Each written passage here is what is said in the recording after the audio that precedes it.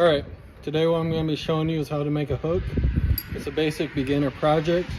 What I got here is about 7 inches of mild steel, I believe 3/8. So the first thing we're going to do is taper the point.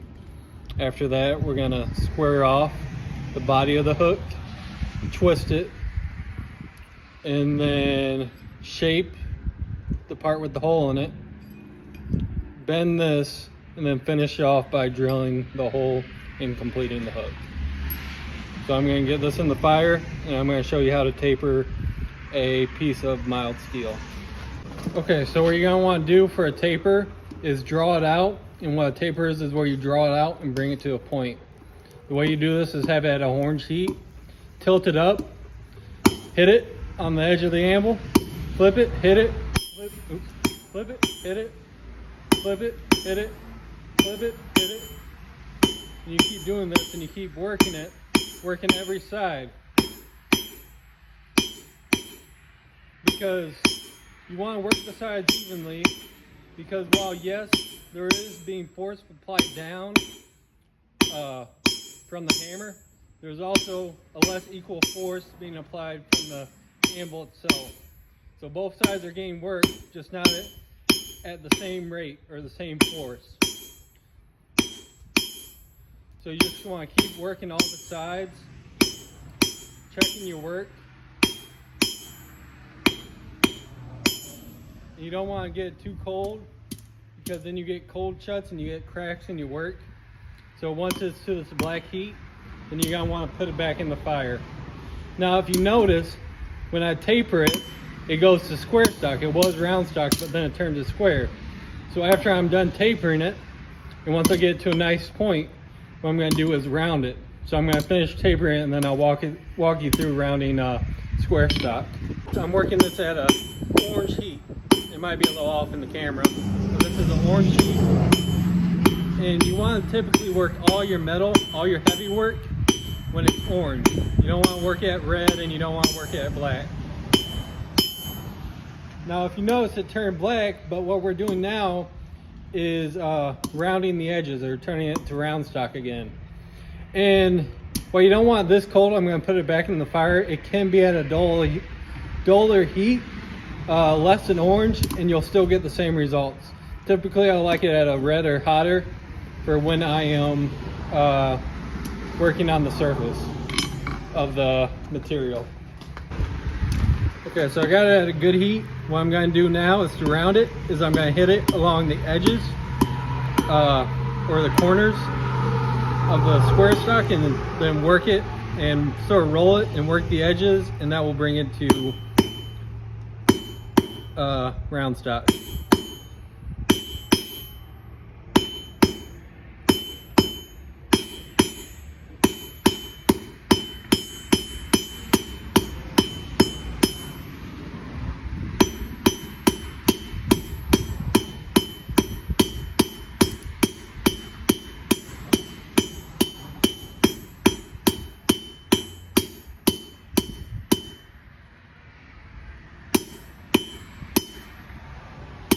You can work this more and more and get this as smooth as you want, or you can have a sort of rough blacksmith finish to it.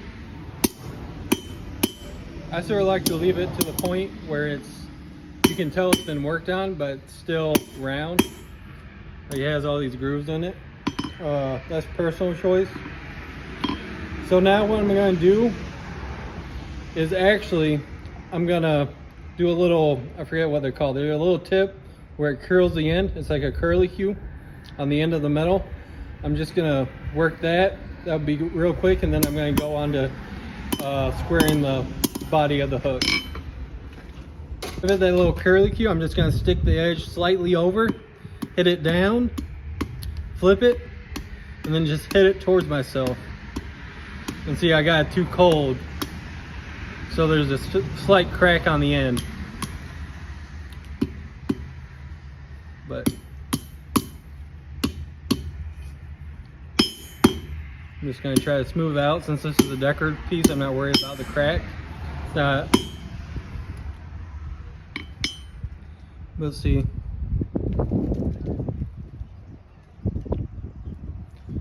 And that's all artistic perspective. You can have it whatever angle you want.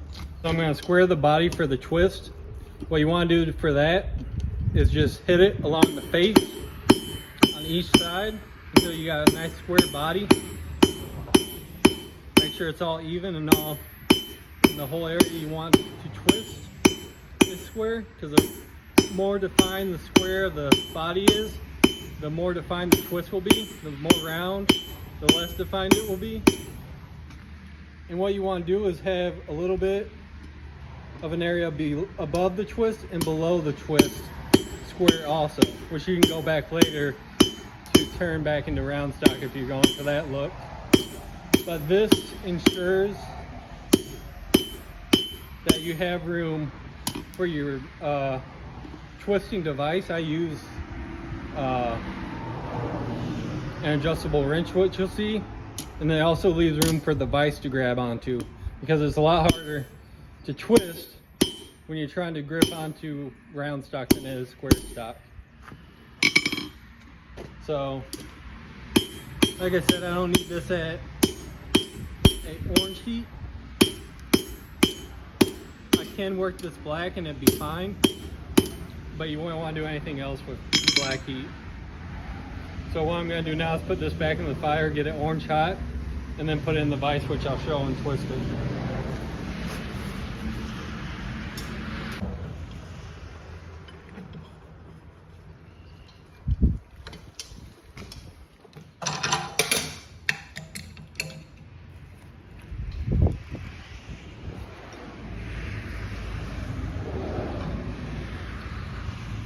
Okay, so a couple things I want to point out here. First off, I prepared ahead of time. I made sure my wrench was the right size. I adjusted it ahead of time. I made sure the vise was open just enough to fit this in, so that way I'm not fiddling around and trying to get this correct and trying to get this correct, and again, at the same time losing heat. If I lose the heat and I get it too cold, then I won't be able to twist it, or I won't be able to twist it fully. And the other thing, the direction you twist it will affect the way the twist looks. If you twist it to the left, it's going to rotate up to the left. If you twist it to the right, it's going to rotate up to the right. You can use this to your advantage by twisting one way, heating up another section, twisting it the other way, and repeating this process, and you'll have a nice flowing twist going in opposite directions along the body of your work. Just something to consider. Blacksmithing is a patience game and a planning ahead game. The more you plan ahead and are patient with your moves and not rushing your work, the better it will turn out. I rushed with this curly cue, and I didn't heat it back up when I should have, and because of that, it cost me a crack in my work. And that's something that could have easily been avoided by just paying attention and taking the time to heat this back up. So that's my own fault, but just something to keep in mind is just be patient, take your time, think ahead, and don't skip steps. So I'm gonna put this back in the fire. I got the twist where I want it. I got a nice deep twist going. So what I'm gonna do is heat this back up, work the body of where the hole is going, and then I'll put the hook or the J on this hook, and then drill the hole, and then it'll be done. What I'm going to do is a leaf shape for the hole. So what I'm going to start is by tapering the end. This will also show you the basics of how to do a leaf. And again, just working the sides, and I should have worked all sides. I was only working two for a while. It's a bad habit to get into. And once I got to a taper, what I'm gonna do, let me get a good straight taper.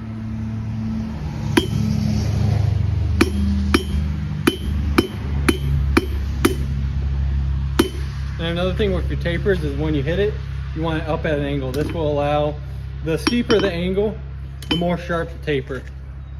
So what I'm gonna do now is heat it back up, and then I'm gonna hit it along the base of the taper, right in the center of that spine. Let me see, yep.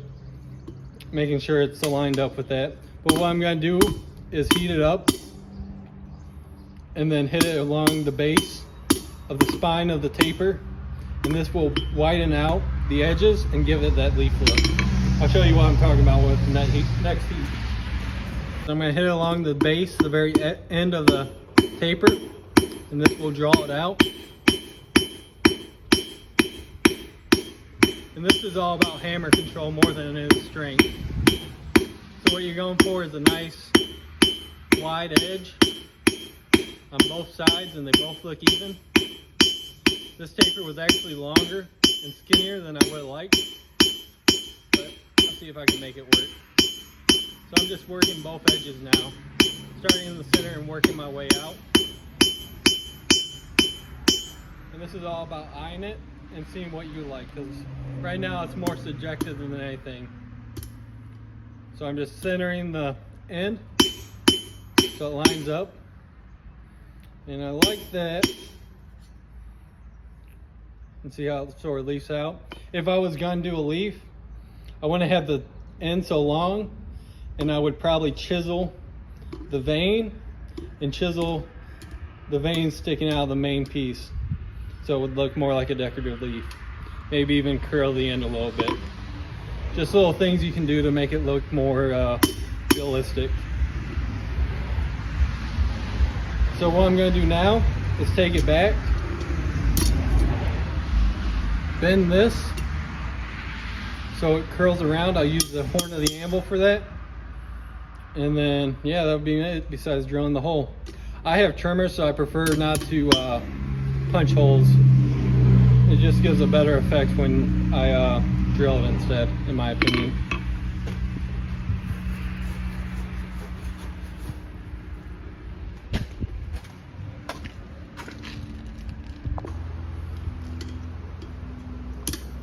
So I'm just going to beat it along the horn of the anvil, and you can use the edge of the anvil too. The horn just makes it easier and makes it round, and it helps make it round. And a couple of things I want to point out once I get this where I want. Okay. First off, I had this, I'm just going to call it a curly tip or curly Q. I'll look up the actual name after this video. But the curly tip was facing the wrong way. This hook, the leaf, it indents this way.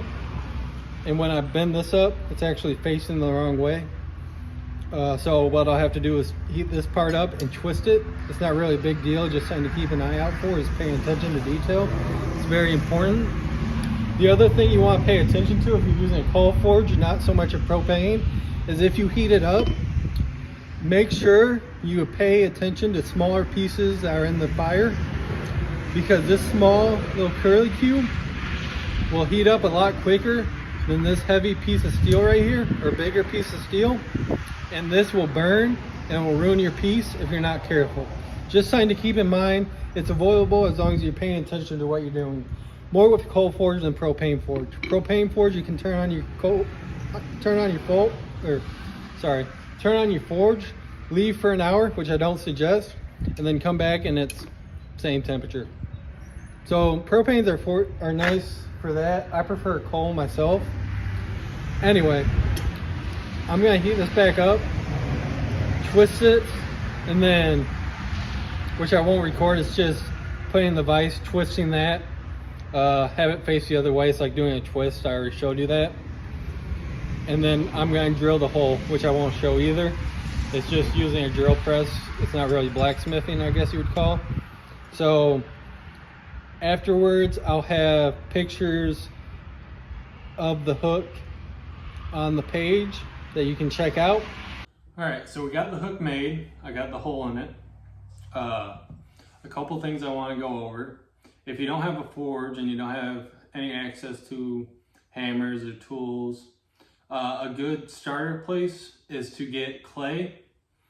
Get it cold so it's nice and hard, and use either your fist or a hammer and hit it against a hard surface. And this will duplicate and give you the effect that it's the same effect as hitting hot metal. Hitting clay works the same as working metal. Same characteristic, so to speak. Another thing I want to mention, a keynote, is be patient with your work. Don't rush it. Pay attention to detail and think things through. Plan ahead, because you only have so much time to get your work done before your heat is through, and that's a very limited space, so you want to make the most of your work and be as efficient as possible. But you also want to be patient and take your time. You don't want to rush. If you rush, then your work isn't going to be as good. It's going to show up in your results. The more time you can take with your work, the better. You have enough heats where you can reheat it and do it right. There's no reason that your pride should get in the way of using another heat to get a simple task done. If you need to take as many heats as you need to, just be sure to do it right. That's pretty much it. Just take your time, pay attention to detail, plan ahead, and be efficient. Yeah, hope that helps. It's a basic hook. If you take my class at my classes, once I offer them, it's one of the items you'll be making. With future classes, I'll be doing more advanced classes and taking other ideas as well. But this is just one of the things you'll be learning at my classes. If you have any questions or want to get a hold of me, you can message me on here or on my Facebook. Either one's fine. I'll leave links to the page and everything.